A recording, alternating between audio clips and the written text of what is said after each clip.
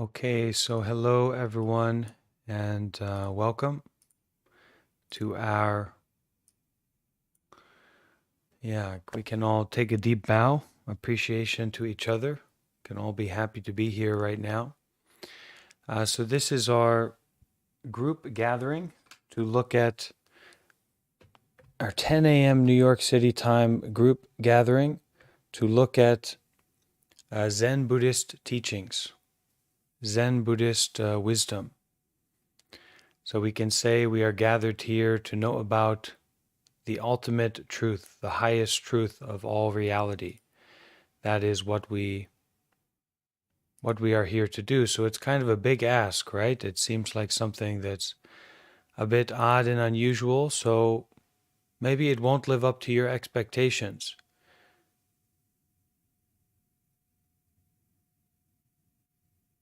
And that can be a little bit of a change of pace. This is a time and a space where we can put down our expectations fully. That's a part of the intention. And rather, we can step into a kind of dynamic lived experience that is primarily established on the body. So, as we go through these deep, profound, special Zen Buddhist teachings today, I invite everyone to listen from the body, listen from the heart, listen from the breath. This is the kind of approach that is really encouraged and invited as we are gathered together here.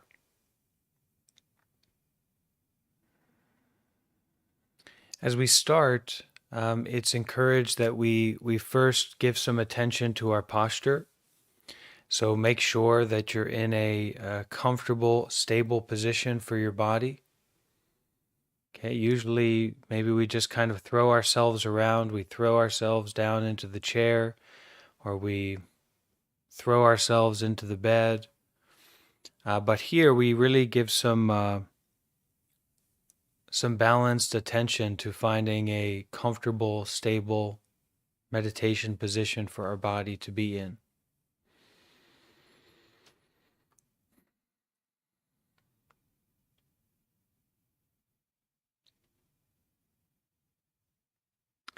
As we find that comfortable, stable position for our body, we can begin to be aware of the breath. Okay. We're not going to focus too much on meditation here today, but to really start to notice, start to listen, start to be aware of your breathing as if it was something that is really quite important, quite essential. And it is. So if you want to step into a practice of intimacy and learning about the truth, there's quite a simple place that we need to start. If we want to get involved with something that is relating to a deeper aspect of ourselves, or connecting with what is really essential, really precious, really at the heart of our lives, the breath is quite a good place to start. You're not going to find something more precious than this breath at this moment. So we can, finding that comfortable, stable position for our body, we can become aware, start to notice our breathing, and kind of tune into that and check into that. Is our breathing important? Is your breath important? Is it precious? Is it somewhat essential to your life at this moment? Check in. Maybe it's not. But start to listen, start to notice the breath at this present moment.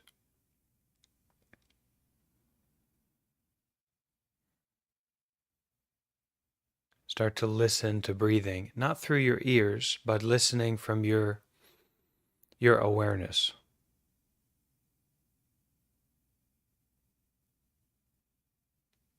And as you listen to the breath, also listening, kind of listening into the body. What's the experience of the body right now? What do you notice?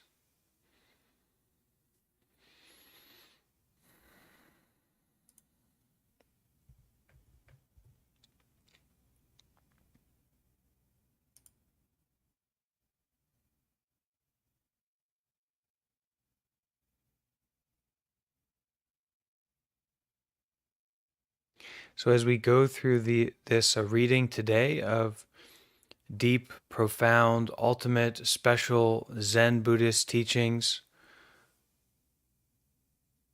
kind of remember to check in and remember to come back and stay with this preciousness of the breath, preciousness of the body, because it's, from my position, from my perspective, it's this embodiment.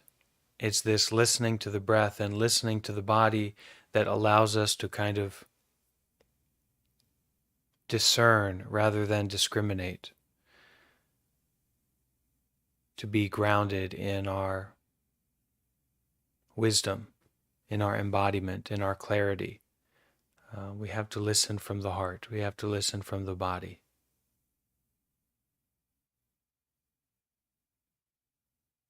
And these teachings are talking about exactly that. So it's important that we listen in that way.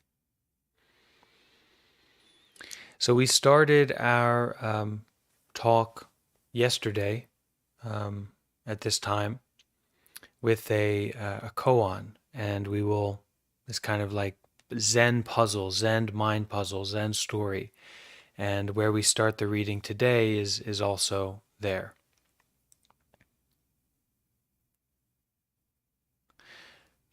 Let's go back to the koan. The disciple answered. Oh, I'll read the koan again first, so we can all be on the same page. A master asked his disciple, imagine that you have climbed to the top of a tree, and you are hanging from a branch with both hands. But then I tell you to let go of the branch with your left hand. And after you do that, I tell you to let go of the branch with your right hand. To prevent yourself from falling, you have to clench the branch between your teeth. Now, someone on the ground below asks you, what is the meaning of Bodhidharma coming from the West? Or what is the true meaning of the Buddhist teaching? What did the Buddha's enlightenment mean? So you're asked this profound question from someone on the ground. But if you utter a single word, you will surely fall and suffer serious injury, if not death. In such a situation, in such a dilemma, what would you do? What will you do? Now the disciple answered to this koan. The solution is not to climb up the tree in the first place. All this trouble can be avoided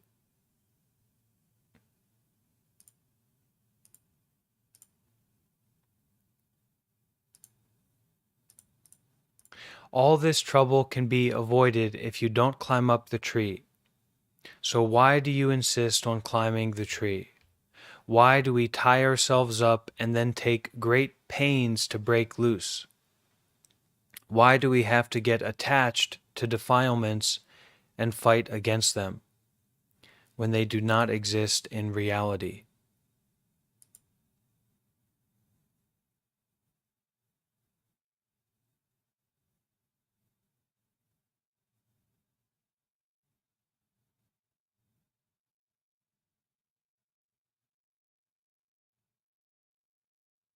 So something here about why do we keep self-identifying with these negative states of mind? Why do we keep self-identifying with our problems? Okay, with our greed, with our anger, with our delusion. Why do we keep getting involved in this way of self-identification, of getting stuck? Why, instead of all that, the solution is not to climb up the tree in the first place. all this trouble can be avoided if you don't climb up the tree. So why do you insist on climbing the tree? Why do you insist on getting attached to your current state of mind, your current desire, your current aversion, right? Why do you wake up and then feel so drawn to going back to sleep? Don't climb the tree. Get up. Wake up. Why do we tie ourselves up and then take great pains to break loose? Why do we have to get attached to defilements and fight against them when they do not exist in reality?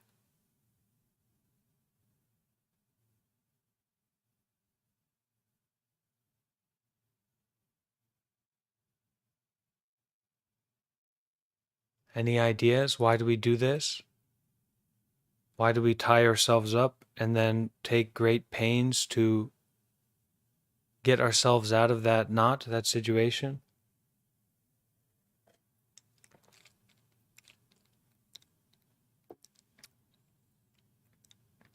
Did no one consider to not climb the tree in the first place? Go ahead, Kit.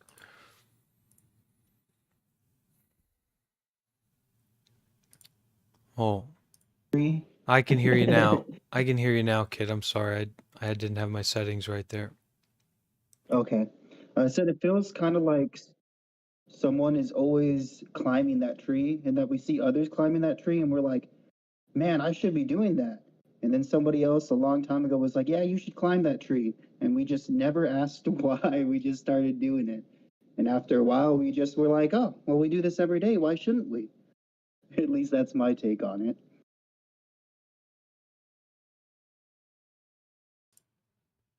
So, a habit of self identification with negative states of mind because of our environmental conditions. So, we see other people act like that. Other people are self identifying with thoughts, physical experiences, mental experiences. So, we naturally kind of climb up the tree, follow them up there. Is it right? Okay. Sure. Seems like that a lot of the time.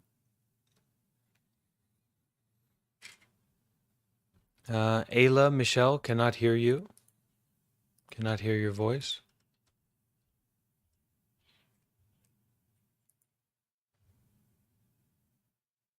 You might need to type what you want to say.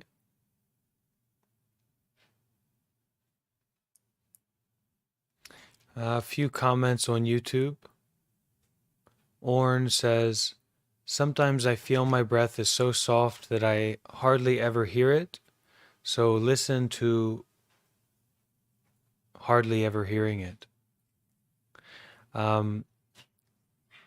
Jahed says to boost our ego, so we kind of identify with these different things and stories and ideas, even negative states of mind, negative experiences, our anger, our greed, our delusion, to boost our ego. Toby says best way to learn is to fall. Michelle Walker says 10 fetters. And Robert, about the solution, Robert says, I thought the solution was going to be that he just continues grasping with his mouth, doesn't speak a word, uses the concentration of meditation to show his spirituality. Well, he went even beyond that, right? He said, why? I'm not going to get up in that tree in the first place. Why climb the tree in the first place? Why get involved in the first place? That's your problem. And Ayla Michelle said, I think we don't know we are climbing the tree. We are not consciously aware that we are climbing the tree. Great. So we don't seem to be aware that we are getting so attached to these negative states of mind. Another Buddhist teacher, Buddha Dasa, he was saying that we looked together at some of his teachings, he was saying that we worship our defilements. We worship our greed. We worship our anger. We worship our fear. We worship our negative thinking because we worship the objects or the conditions that support that. So, when we think about a Reese's Puffs for breakfast, Reese's Puff cereal, right? And then we have some kind of desire. We worship it. And so we kind of get ourselves into this religion of worshiping these states of mind where we're stuck up in the tree, where we're stuck in our self-attachment. And then we wake up one day or we open our eyes and look around and say, how did I get in this big old knot? Well, we tied ourselves up in it, and we've been worshiping in some way, tying ourselves up in knots, getting stuck in desire, which also means getting stuck in a fear, getting stuck in aversion. We've been worshiping our greediness, me, mine. This is for me. This is, this. I'm going to support myself. I'm not going to support you. I'm going to support myself. We worship that because we go towards it. We focus on it.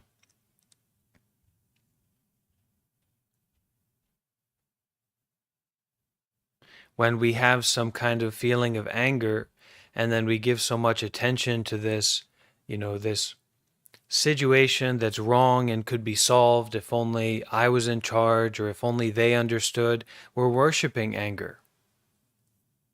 And then we're putting ourselves in a situation to have a religion of suffering, right? We worship our anxiety. We worship that notion of fear, right? We're going to the public place and we feel a little bit scared, and then instead of noticing that and just walking through the fog, walking through the smoke, we stop and we start to worship that fear notion, that fear idea, that conflicted idea that we have. So worshiping these defilements, we keep climbing up in the tree. So Robert Lynch Consulting, giving us a consultation here, said they thought that the answer was going to be that they don't speak a word, that they just hold on to the tree, and use their kind of concentration to express their wisdom like that, biting onto the tree and not speaking a word is the answer to this koan. But in fact, don't climb up the tree. Stop climbing up the tree. Stop self-identifying with this situation. It's not someone. It's not something. It's breathing only. It's experiencing only. It's one moment of no thought, or one thought that is free of discrimination. One thought that is free of judgment.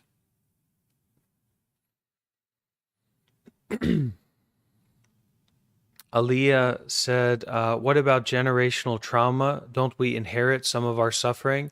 Well, here, the teaching is about we are suffering because we're climbing up the tree. And the answer to our suffering is to stop climbing up that tree. Well, I need to fix this problem. How am I going to solve this situation where I'm up in the tree, hanging on with both hands? I have to let them go. Now I'm hanging on with my mouth. Stop it. Don't go up that tree. Don't self-identify with this situation. Don't see a someone here. Don't see a something here. But the generational trauma, I would say, is this, what Kit spoke to, right? That we've been kind of conditioned, not just by what we see, but also by what we don't see. The experiences that, are more subtle, something like intergenerational trauma, that puts us into this position of constantly climbing up that tree, constantly self-identifying with these defilements, these states of desire, these states of fear. It puts us into a really complicated and difficult situation when in fact you don't need to climb the tree. You don't need to get involved like that. You don't need to self-identify with this experience. There's also another option. There's another answer here.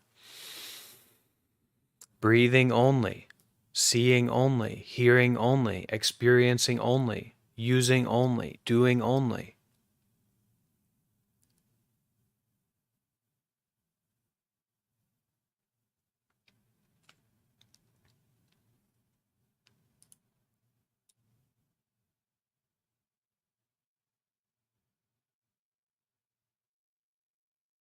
Okay, Fauna said, Fauna, can you read what you said? Do you have a microphone?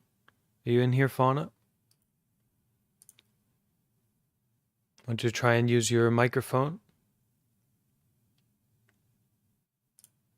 Hello, can you hear me? Yes. Hi. Sorry, I had to step out of my room. My boyfriend was asleep. Um, but a lot of the meditation training that I've done in the past has been mindfulness meditation, where the way it's been described to me and the way I describe it to others is um, watching, like sitting on the side of a road and watching a busy highway go by, watching your thoughts. And sometimes you want to follow a particular car, you want to chase after it. You're like, wow, that car looks interesting, or that car looks really bad.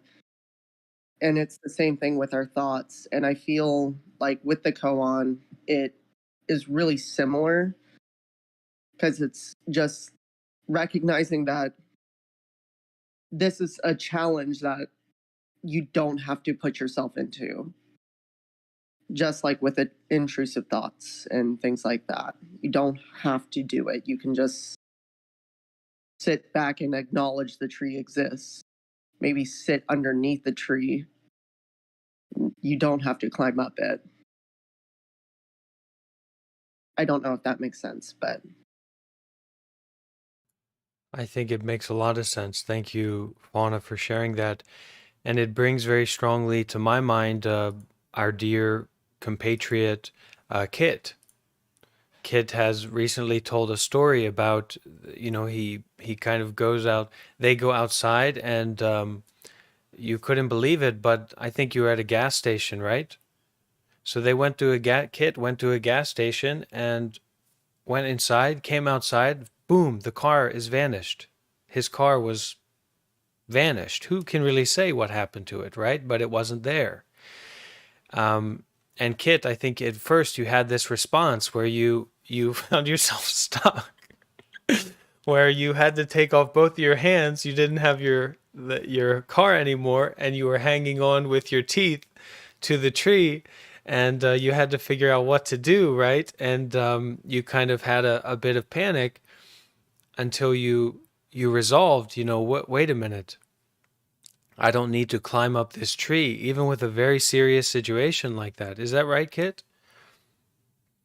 Looking back at it, one of the really funny first thoughts that I had is, "Oh my God, I lost my car." I was like, everybody's gonna be really upset at me. I was like, man, I can't wait to see what people are gonna say when they find out I lost a whole car. And I was like, wait a second, I didn't lose my car. My car got got stolen, and just so many panicking thoughts that come with it at first. And it wasn't even that big of a deal. After I calmed down, I was like, oh, they stole a car with GPS tracking. Not too hard to follow for police.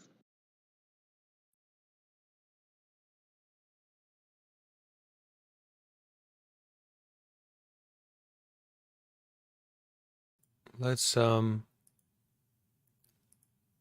take a look at this koan again with the answer and see what else comes out, all right? We'll move on to the next section.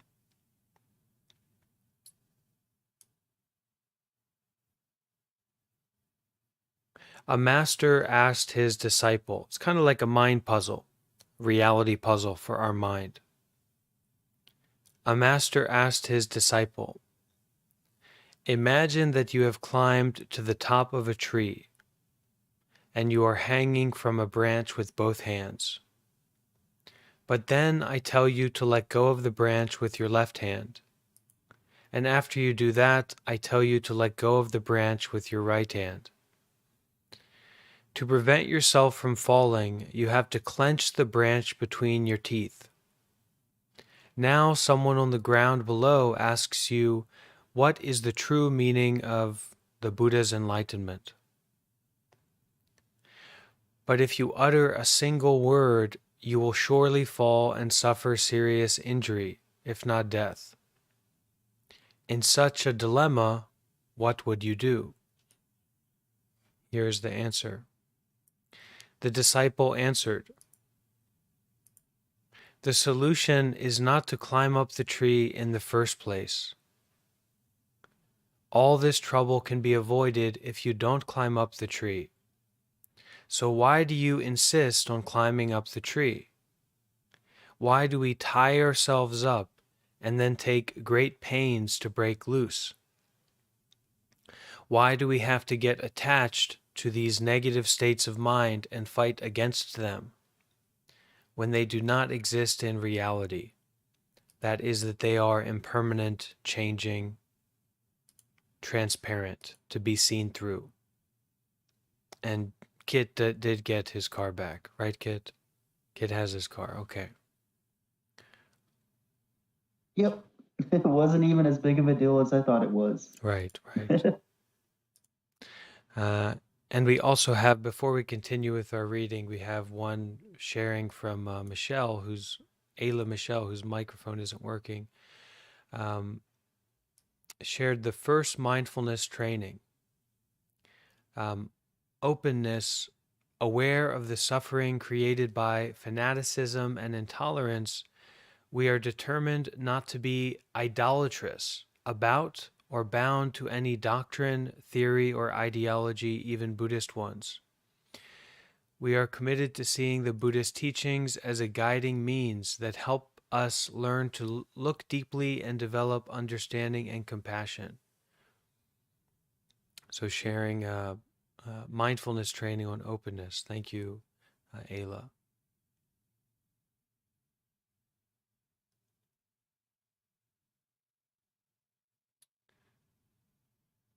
Okay. And I would say that a lot of this teaching, at least for me, is about self-identification with situations, with places, with our reactivity. We are self-identifying with it. We're getting ourselves stuck in this kind of tree of self-identification, of worry, of stress. And perhaps we don't need to do that.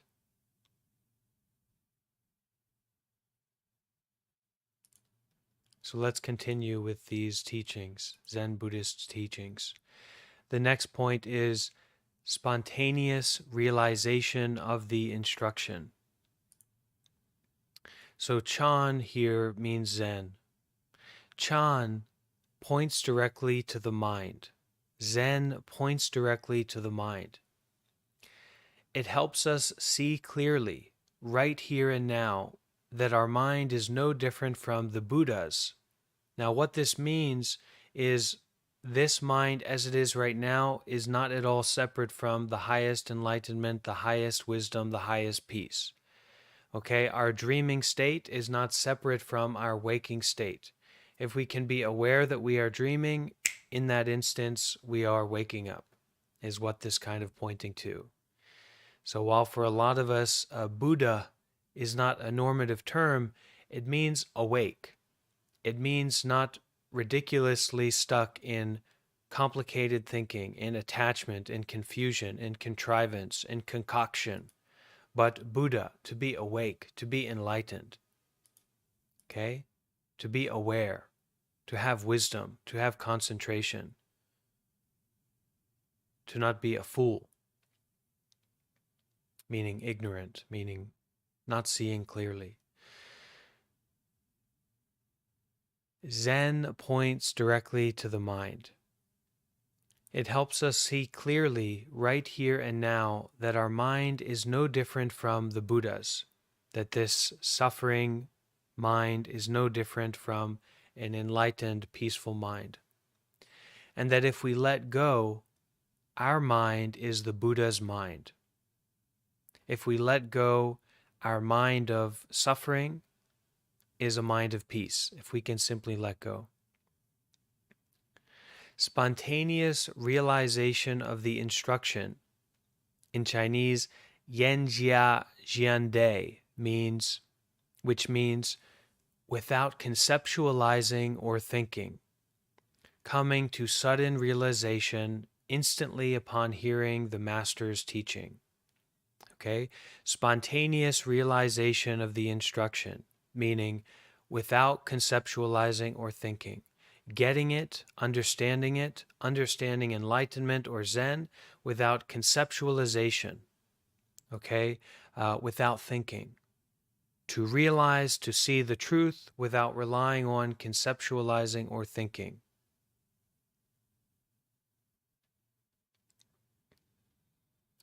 Zen master Linji Yijuan said, from the year 866, said, those who realize with the first sentence are qualified as the teacher of enlightened beings and masters of the mind.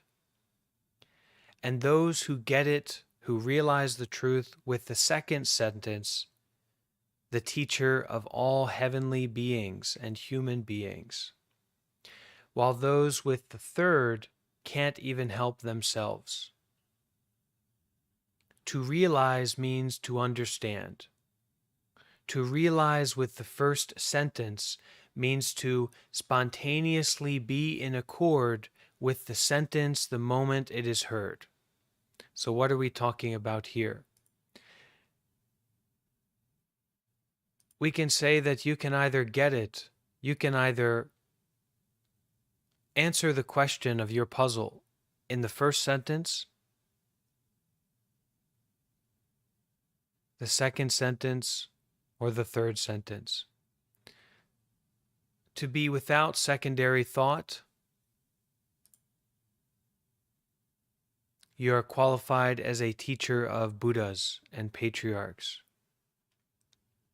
To get it on the point of secondary thought, then you are in a position to teach heavenly and human beings.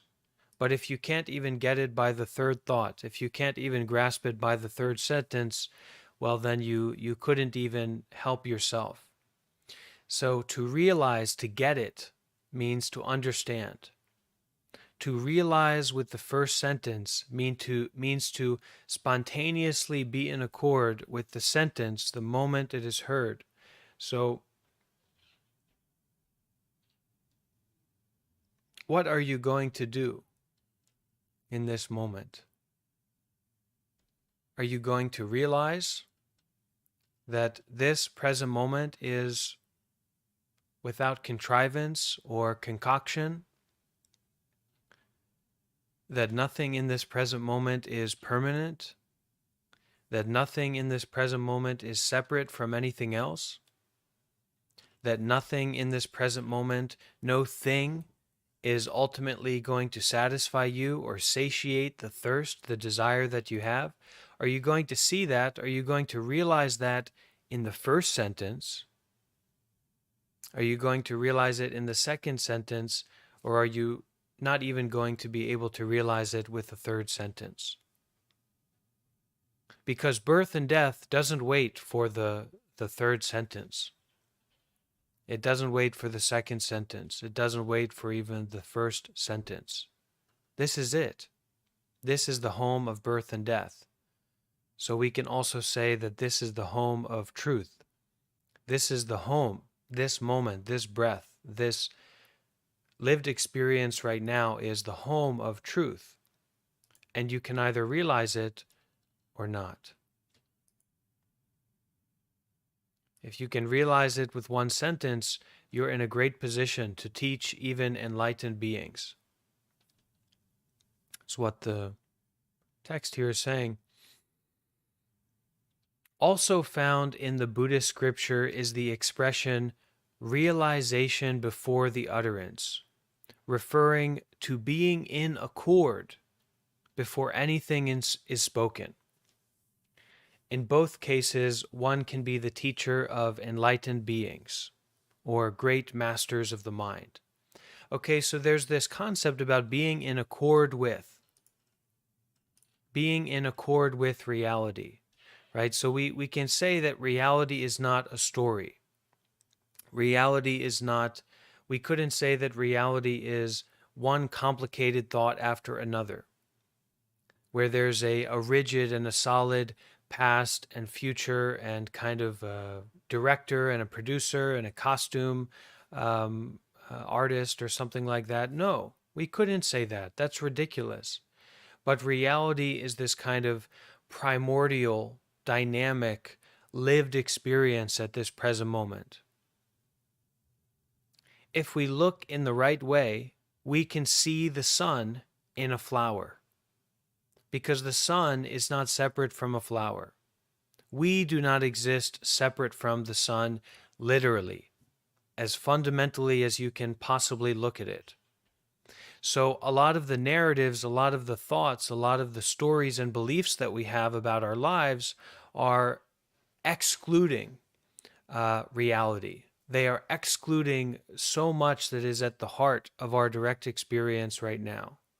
And a big part of that is certain principles of reality, such as interconnectedness or interbeing, okay, such as that there's this permanent, separate self. There's this real, true you, this real, true I that is here in this present moment. That's getting caught up in the tree. But if we don't exclude these principles of reality,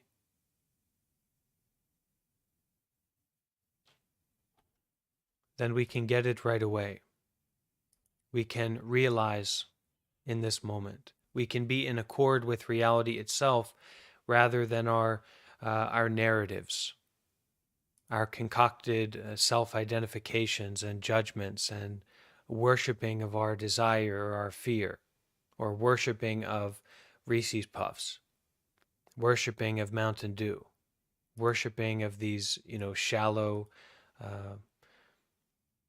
material objects that relate to states of mind, states of desire, states of fear.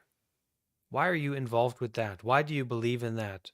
Why are you so self-fixated in all of this?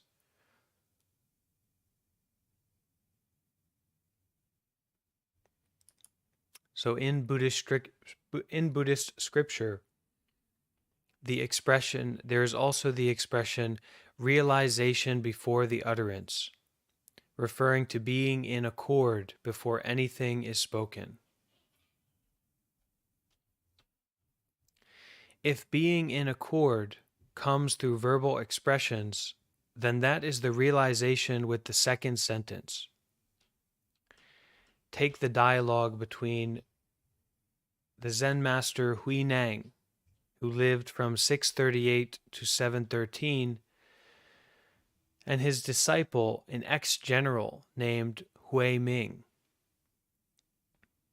The patriarch, the Zen master, asked Hui Ming, without discriminating between good and bad, what is your original face?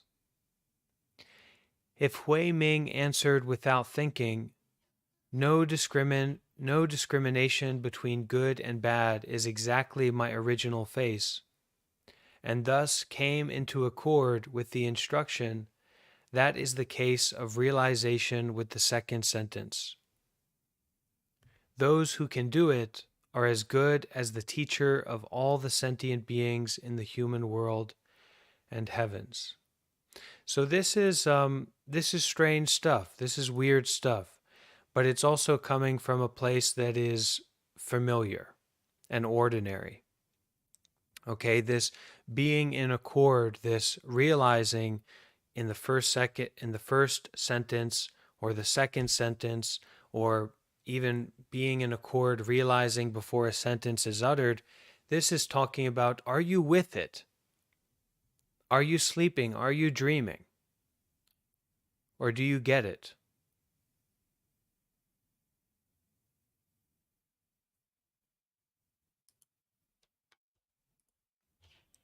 Now, when it comes to the third sentence, which means being confused about the instruction or gaining some understanding only after speculating about it, such people are not ready for realization. Okay? So going back to the beginning of this kind of idea, Zen Master Linji said, those who realize with the first sentence have a great understanding. You realize it with the first sentence that someone speaks, you're with it. You know where you are. You are in accord with reality itself. Especially talking about in a dialogue with a teacher or something like a Zen master, someone who's sharing some kind of profound teachings, especially related to Zen or enlightenment. Like with the first sentence, if you get it, then you're in a position to teach even the Buddha. If you can understand it means to realize with the first sentence means to spontaneously be in accord with the sentence the moment it is heard. You are spontaneously with it. You are in accord with that sentence. You are awake at hearing that sentence. You are not stuck, not confused, not self-fixated upon hearing that sentence.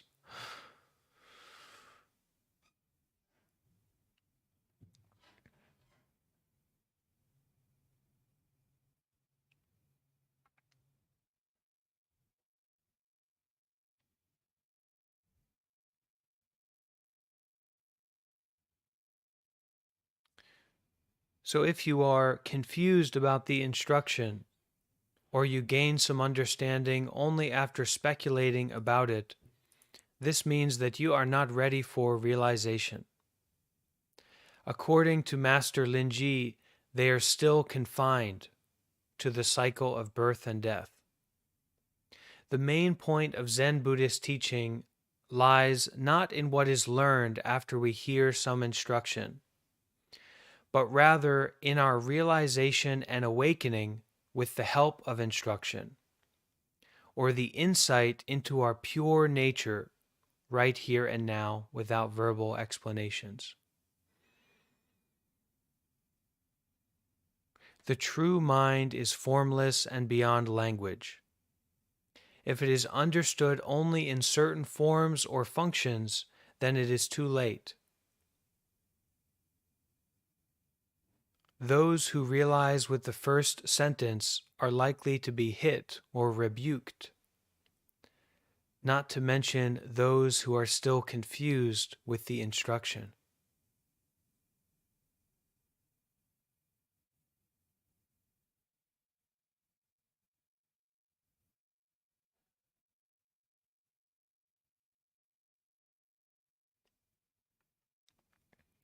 Directly pointing to the mind. It is because of misapprehension and attachment that we are still confused even with instruction. Hui Nang said, with a single thought of awakening, one is enlightened.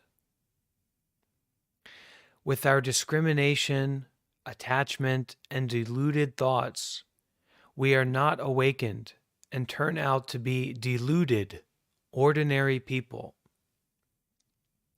A long time ago, there was a government official who didn't understand awakening. He asked a Zen master, "How is it that a thought becomes deluded?" The master gave no response, but remained seated in meditation. Guessing the master missed his question, the official asked again, "Master, why does a thought become deluded and cause the cycle of birth and death?" That is, to cause the cycle of being trapped in cause and effect. But the master still kept silent. Slightly puzzled, the official tried for the third time with great respect.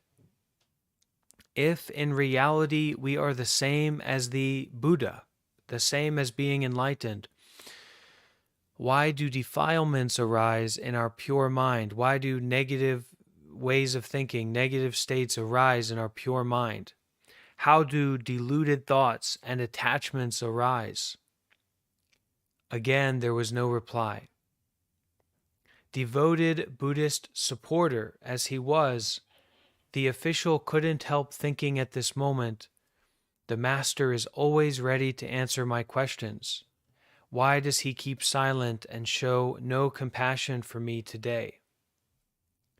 As soon as this thought came to the official's mind, the master opened his eyes and smiled, saying, "This is the arising of deluded thought Gang. and falling into the cycle of birth and death."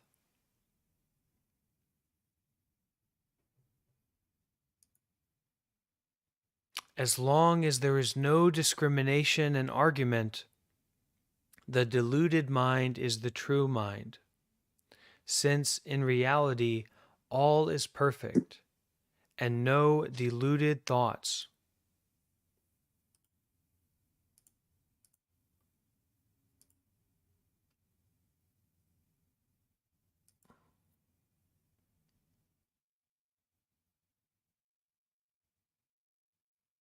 Or attachments exist. Where is the defilement? With no defilement, what is there to get rid of? The problem is that we often, quote, misuse our mind. So Zen masters have had no choice but to resort to various methods to help us let go of discrimination and attachment. This is mental training, not simply study. It directly deals with the mind and points to the mind. Our mind is the true mind right here and now. As long as we let go of deluded thoughts and attachment. So this is the tough stuff about Zen, is that if you are holding on with both hands are going to be requested to be removed. Take both of those hands off. Now you're holding on with your teeth, and you have to answer a question, right? What is this about? How are you going to answer it without falling to the ground and sustaining great injury or even death? How are you going to respond in a way that doesn't, mess it all up? Here's the answer. This is the difficult about Zen. This is mental training, not simply study. It directly deals with the mind and points to the mind. Our mind is the true mind right here and now, as long as we let go of deluded thoughts and attachment, self-fixated thoughts and attachment.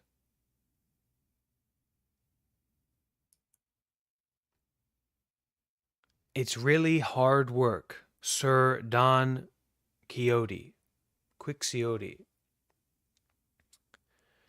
To let go means to put aside all discrimination and argument. The discriminating mind, the picking and choosing mind, this word, that word, what's this, me, my, other, I don't get it. Yeah, you don't. To let go means to put aside all discrimination and argument. With diligent practice, deluded thoughts will disappear. Never look on these thoughts as real enemies and fight against them. Otherwise, you are like poor Don Quixote, imagining himself a great armored knight on a horseback, bravely marching forward, while the enemy is really nothing but a windmill.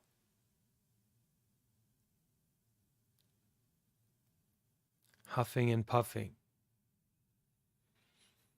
Do you think he is foolish? In fact, we are even more foolish than he. Defilements or deluded thoughts do not exist in reality, but they stay with us because we are attached to them and won't let them go. Here is a story you might be familiar with.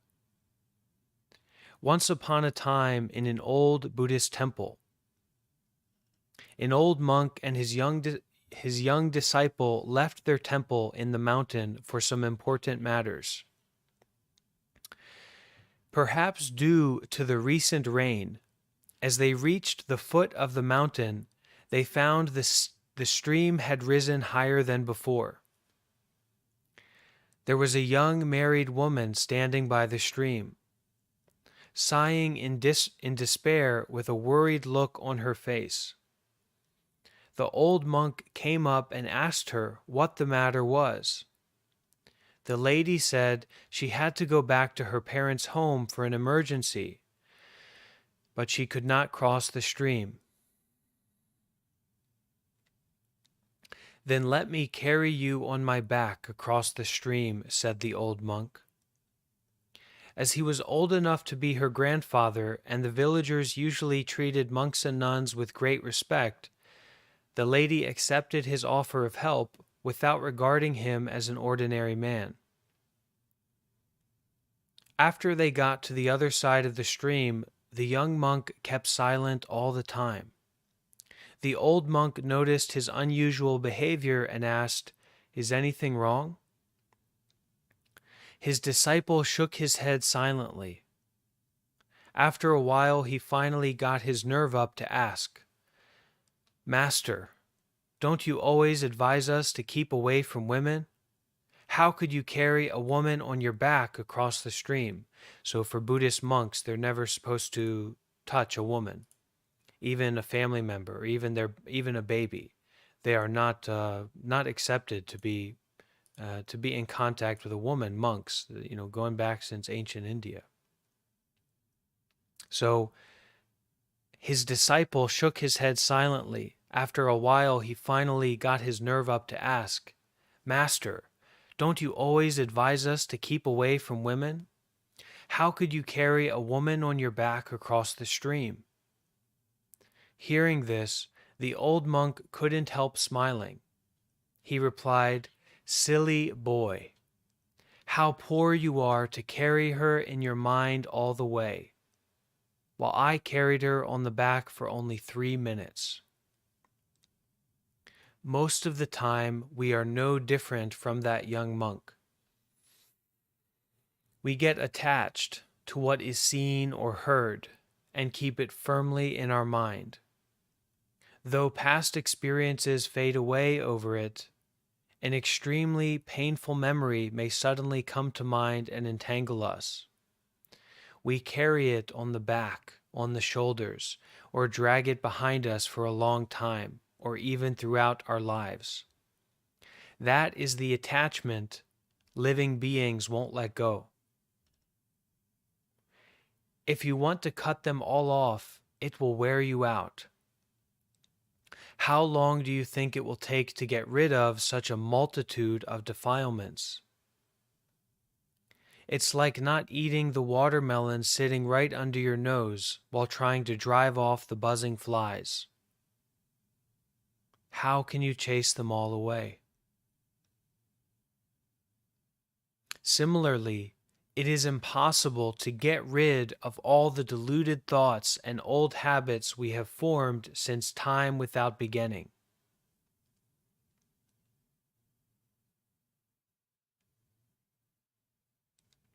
The best way is to ignore them. With diligent practice of our method, of a meditation method, once we can see clearly with our mind, the defilements no longer exist. After all, they are just our deluded thoughts and attachments. If we eat watermelon with concentration, the flies will go away once we finish the fruit. So this is really profound kind of teaching. This is not a secondary teaching. This is not a pre-recorded kind of teaching. This is not something that is alluding to, okay, well, now you're on the hook. Try to learn about, now get involved with this or learn about this. This is not what this is about. It is pointing to the essence of your mind at this present moment. This is what Zen is about. It is pointing to the ignorance, the natural inclination towards ignorance that we have to hold in front of us a wonderful watermelon, and instead of eating it, just spend our entire lives trying to bat flies away, trying to push flies over here and over there. How will you chase them away? How are you going to chase away all these flies? So it points not only to a very realistic and important understanding when it comes to meditating, like a basic understanding that we need to practice meditation properly, that you need to practice. You need to eat the watermelon. The flies will go away on their own. You don't to get involved with them. You don't practice meditation to try and swat away your thinking or swat away some feeling that you have or emotion that comes up. How will you drive all these flies away? You couldn't, you can't, you never can. So if you practice meditation with this intention, you're trying to get your thoughts away, you're never going to have success in meditation. You're not even going to be able to practice. You might just learn about becoming a more concentrated fool. Okay? But when it comes down to it, this is also talking about the overall quality of our mind and our life itself. We have this natural inclination to this ignorant state, this deluded state, where we have a watermelon in front of us, and instead of eating it, instead of not climbing up the tree to begin with, instead of not unnecessarily self-identifying with this experience at this moment, not getting entangled in what we are seeing, hearing, smelling, tasting, touching, feeling, thinking in this moment, not getting entangled in it, we're trying to swat flies away. How could you swat them all away? How could you get rid of all these flies? How could you get rid of all these thoughts? You can't. You couldn't. You're going to get rid of your body? You're going to get rid of anything and everything? No, you're not going to get rid of anything because there's nothing to get rid of. These are just deluded thoughts and attachment. This is just your primordial confusion.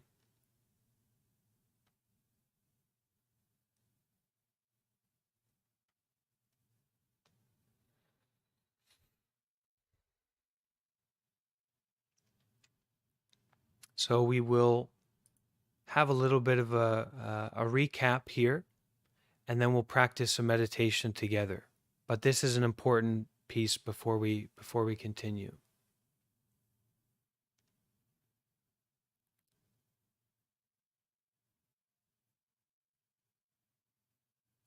The constant sense of self-existence is the notion of an ego.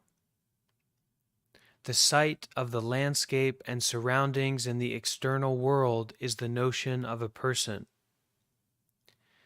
The consequent arising and passing away of all thoughts, like young and old, beautiful and ugly, or good and bad, is the notion of a being.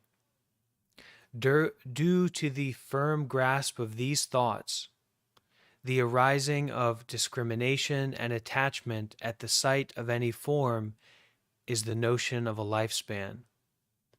The stronger the discrimination and attachment, the more thoughts arise and pass away. Don't discriminate. Don't get attached. Do nothing. Just breathe and be aware at this moment. Caught up in discrimination and attachment, we find our mind full of scattered, deluded thoughts.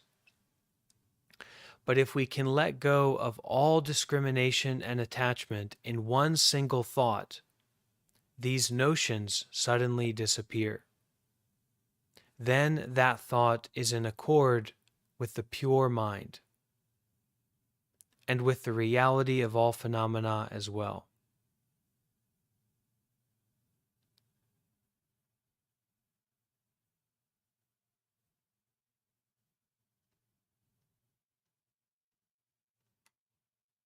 Does anyone have any questions before we practice some meditation together? You can raise your hand and ask a question, or leave a comment if you have something you want to ask. You can use your voice or leave a comment.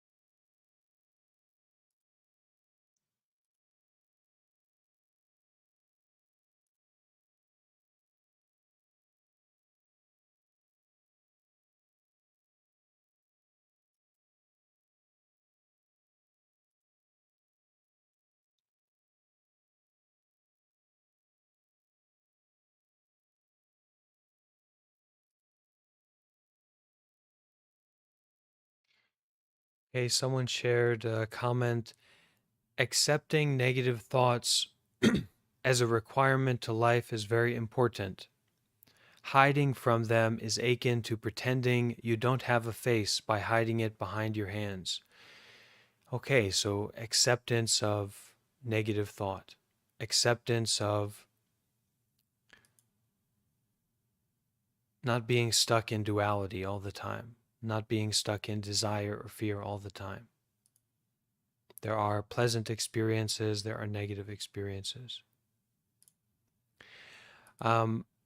Dominic shared on the Discord. Dominic says, I feel as though I could have missed opportunities by being still. I still have great regard for the practice of Wu Wei, but I can't help but find these thoughts cross my mind time to time. What are your thoughts on this? Imagine all the things you'll miss when you're dead.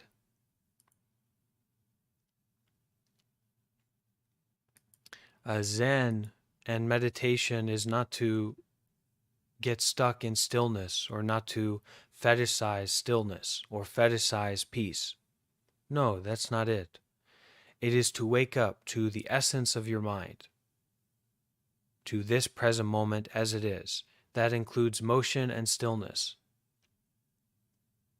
but it is also beyond motion and stillness. It is to practice and to be aware and to practice non-discrimination in the face of your car being stolen, and then also working to take care of that. It's not relegated to sitting in silence in a temple or as a monk. It is to live life fully, wholeheartedly, without being completely stuck in this world of discrimination, picking and choosing, self-fixated thinking.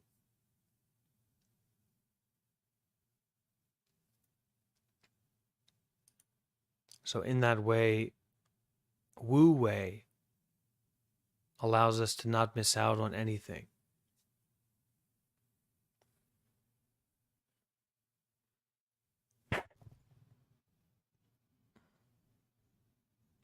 Okay. So at this time, we're going to practice meditation together. We won't practice for too long, but we'll practice for a little bit. So first things first, make sure that your body is comfortable, right? You don't need to sit in a yoga position, but find a comfortable, stable position to be in during this time, if you want to join, if you want to practice.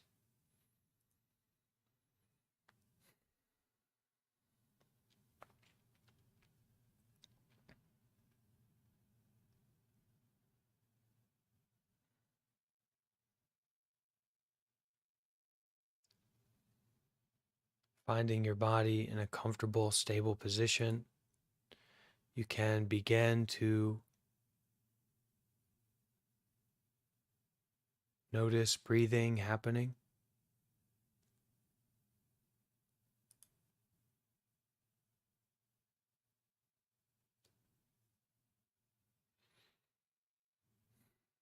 can be helpful to take a few deep breaths, bring the mind home to the body,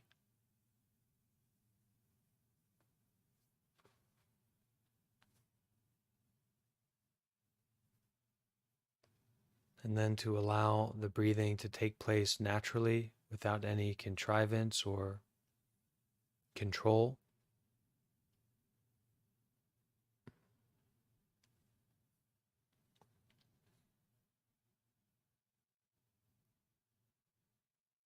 But just to let the breath happen in whatever way it's happening right now. If you feel that you are controlling the breath, let that happen. Don't try to control that. But just following the breath as it flows in.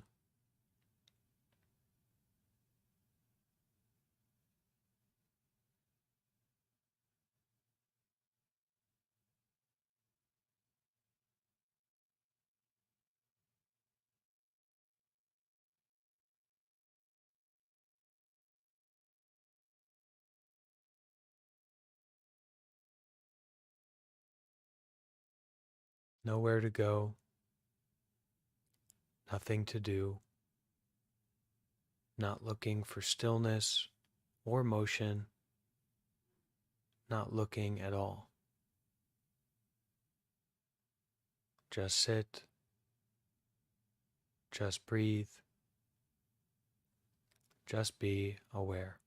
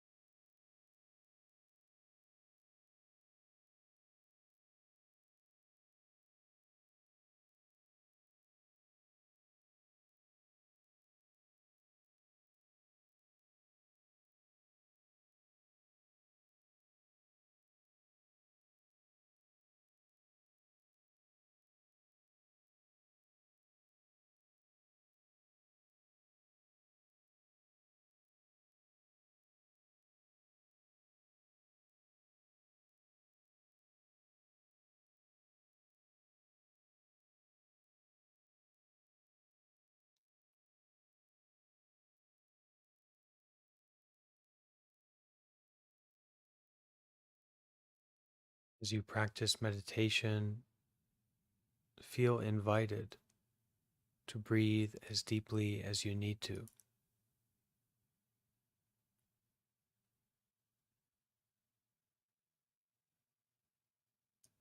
Listening to the breath, listening to the body, just breathing and being aware.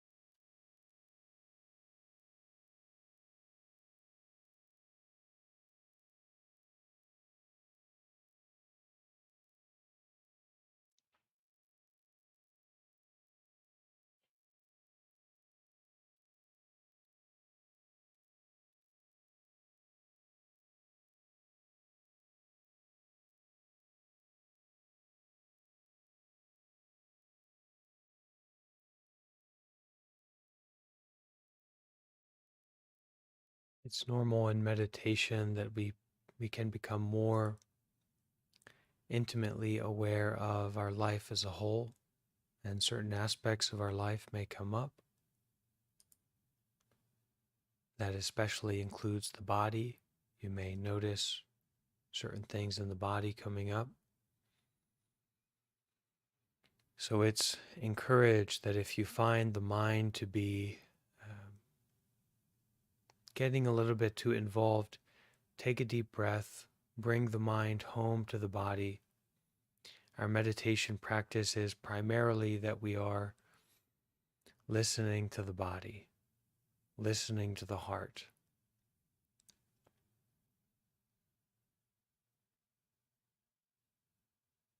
Sense of curiosity in the breath flowing deep into the body and flowing out. And just being involved with that breathing process as it is taking place.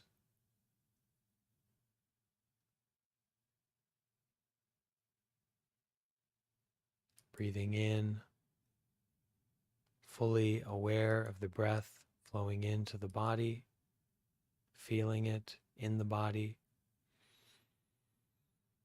Breathing out, feeling the breath flowing out.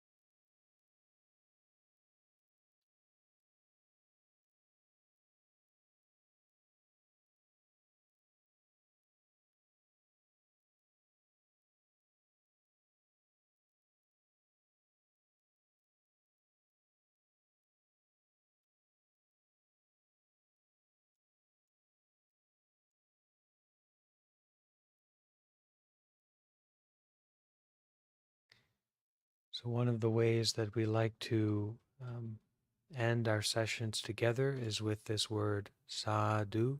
It's a little bit of a chant.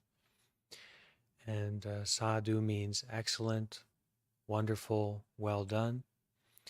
And we also, as we chant sadhu, we can kind of bring this giving up, offering out, letting go of anything that we got from this session, this practice, our meditation, our spiritual life, whatever it is. We just kind of give that up. We offer that out to benefit all beings, and we don't to try and hold on to any aspect of our experience, to get anything from this. This is not something to get something from, but whatever we have gotten, to give up, to offer out with sincerity. So today, everyone is invited to unmute their mic here on Discord, if you can, if you like to, and we will all kind of harmonize and chant sadhu together. All right, everyone, you can unmute if you want to chant. Jonathan, and might get a little bit hectic, but that's okay. Amanda, AJ, Amanda, Mook, Nathan, Sonia, Stephen, TT. We want to hear some sadhus from TT. I know that. Ricky, Natty, okay. Nina, definitely want to hear Nina sadhu.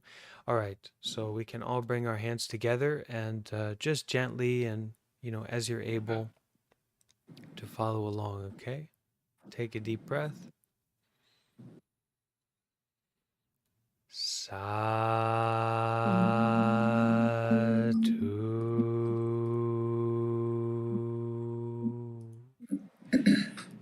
Sadhu. And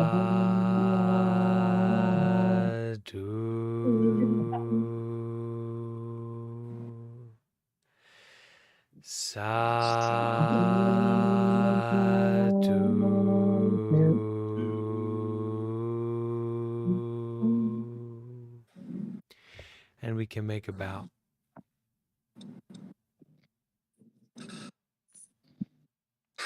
Okay. Thank you all for being here. Tonight, 8 p.m., so that'd be just about 8 hours from now. We have our Buddha book club on the topic of healing trauma through mindfulness, and it's been going very well so far. The book is called Flowers in the Dark, Reclaiming Our Power to Heal Trauma Through Mindfulness. And I hope to see many of you there this evening at 8 p.m. New York City time for our Buddha book club, okay? And that'll be live on YouTube and here on Discord. All right? Thank you all. Thank you. Thank you. Thank you. Have a peaceful day or night. Thank you, Bante.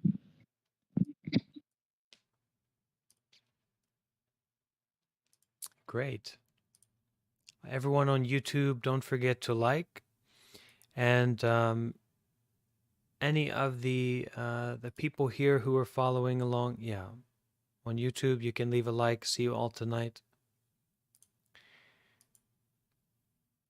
Anyone who is following on